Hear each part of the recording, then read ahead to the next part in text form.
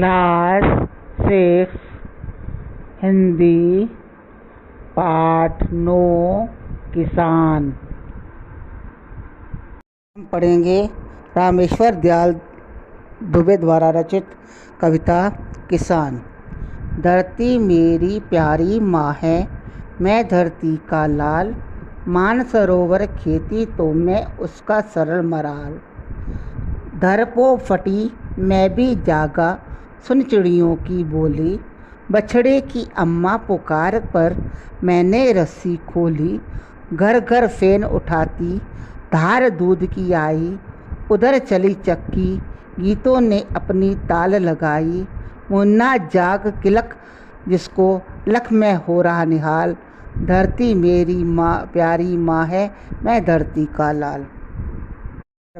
प्रस्तुत कविता हमारे हिंदी की पाठ्य पुस्तक वाणी में से रामेश्वर दयाल दुबे द्वारा रचित किसान से ली गई है।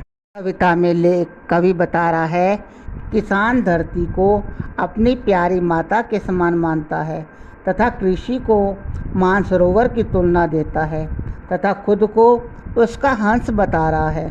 जैसा कि कवि कह रहा है कि सवेरा होते ही चिड़ियाँ बोलने लगती हैं तो किसान भी जाग जाता है। गाय के रंबाने पे मैं बछड़े के गले की रस्सी खोल देता हूँ। गाय धोने के समय घर घर की आवाज़ से दूध निकाला जाता है। माताएं सुबह सुबह चक्की से आटा पीसती हैं तथा साथ में मीठे मीठे गीतों को भी गाती हैं।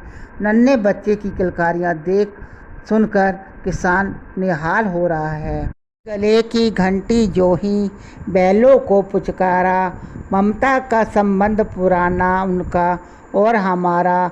हल है मेरे हाथ जुए में वे कंधा देते हैं, माँ के जाए मेरे श्रम में दूना रख देते हैं। हंस पड़ते हैं खेत बाग में उठते झूम रसाल, धरती मेरी माँ है, मैं धरती का लाल। खेत जोतने के लिए मैंने जैसे ही प्यार करके बैलों को खेतों में चलाया, पुराना संबंध याद आ गया। हाथों में हल होता है, कंधे पर बैल जुआ उठाकर चलते हैं। गाय के बैल बेटे हैं जो श्रम करके खेतों को हरा भरा करके हम सब मौसम आने पर आम उतारते हैं, मन खुश हो जाता है। सर्दी गर्मी वर्षा ये तो ऋतु का अविचल क्रम है। शेद सलिल में लहराता जो वह शरीर का श्रम है। दिन खेतों में छिप जाता है, रात नींद में जाती, त्योहारों की तरल उमंगे जीवन में रस लाती। पैरों में घुंघरू नच उठते डफ देता है लाल, धरती मेरी प्यारी माँ है, मैं धरती का लाल। सर्दी गर्मी बरसात की ऋतुएं बदलती हैं। गर्मी में खेत में काम करते समय शरीर से पसीने की बूंदें निकलती है। दिन बिताया खेत में तथा रात में गहरी नींद लेते हैं। होली दिवाली आदि त्योहारों में खूब आनंद मनाते हैं। होली जैसे त्यौहार में तो पैरों में घुंघरू और हाथों में डफ बजते हैं। खलिहानों में अन्न राशि जब उठा चीर मुस्काती, मेरी रानी के नैनों में अभिलाषी शर्माती। किंतु उधर रवि की किरणों में धरती तय करती है, उसके जाए जिए सुखी हों साध यही रखती है। माँ के चरण चूमने से ही उन्नत मेरा भाल, धरती मेरी प्यारी माँ है, मैं धरती का लाल। अर्थ, धरती सीना चीरकर अन्न के ढेर पैदा करती है। मैं और मेरी पत्नी लालसा से शर्म करती हुई खुश होती है। सूर्य की तेज किरणों को सहकर भी माता धरती यही कामना करती है, मेरे लाल किसान सुखी रहें। मुझे कुछ भी हो जाए, मेरी धरती माँ के पैर छूने से मेरा माथा उन्नत होता है, अर्थात ऊंचा होता है। माँ धरती माँ एक तुझे ही सब कुछ अपना मानूं, प्रभु ऊपर है तू है नीचे और किसे मैं मानूं। अर्पित होती रहे तुझे ये अकथ साधना श्रम की, यही कामना रहे अबाधित तारा जीवन क्रम की। जन्म काल से तू मेरी है, करती रहे संभाल, धरती मेरी प्यारी माँ है, मैं धरती का लाल। किसान कह रहा है कि मैं तो धरती माँ को ही अपना सर्वस्व मानता हूँ। भगवान तो आसमान में है, पर तू मेरे पास नीचे है। मेरे हृदय में और किसी को स्थान नहीं देता। मैं तो अपनी मेहनतों का तोहफा माँ धरती को देता हूँ। तूने मुझे जन्म लेने से आज तक संभाल रखा है, तभी मेरा जीवन बचा हुआ है। मैं हे धरती माँ, मैं तुम्हारा लाल हूँ और तुम मेरी माँ हो। आइए अब करते हैं अभ्यास वर्ग। मौखिक। पहला प्रश्न उच्चारण कीजिए। प्यारी, अम्मा, संबंध, घर घर, अविचल, श्वेद, उमंगे, खलिहानों, अभिलाषा, उन्नत, अर्पित, संभाल। प्रश्न नंबर 2, दिए गए शब्दों के अर्थ बताइए। अविचल स्थिर, श्वेद पसीना, लख देखकर, जन्म काल जन्म के समय, आबादित बिना रुकावट के, सलिल जल, भाल मस्तक, निहाल भाग्यशाली, किलक किलकारी, मराल हंस, रसाल आम, राशि ढेर। 3, निम्नलिखित प्रश्नों के उत्तर दीजिए। ये कविता कौन गा रहा है? उत्तर, ये कविता कवि गा रहा है। ख, पो फटते ही किसान और उसका परिवार किन किन कार्यों को करने लगता है? गायों की सेवा करता है, चक्की चलाता है, दूध निकालते हैं। किसान धरती माँ के अंतिम पद्यांश में क्या कह रहा है? किसान धरती माँ के अंतिम पद्यांश में कह रहा है, तू मेरी माँ है, तूने मुझे अभी तक संभाल रखा है। नंबर 4, कवि पो फटने पर किसकी बोली सुनता है? उत्तर, चिड़ियों की। हल में कौन कंधा देता है? उत्तर, बैल कंधा देता है। बैल की माता कौन होती है? उत्तर, बैल की माता गाय होती है। धरती क्यों तप जाती है? उत्तर, सूर्य की गर्मी के कारण धरती तप जाती है। श्वेद और सलिल में क्या अंतर है? उत्तर, श्वेद मैंने पसीना, सलिल मैंने जल। प्रश्न नंबर 5, उचित विकल्प पर सही का निशान लगाइए। क, मराल नामक पक्षी कहाँ रहता है?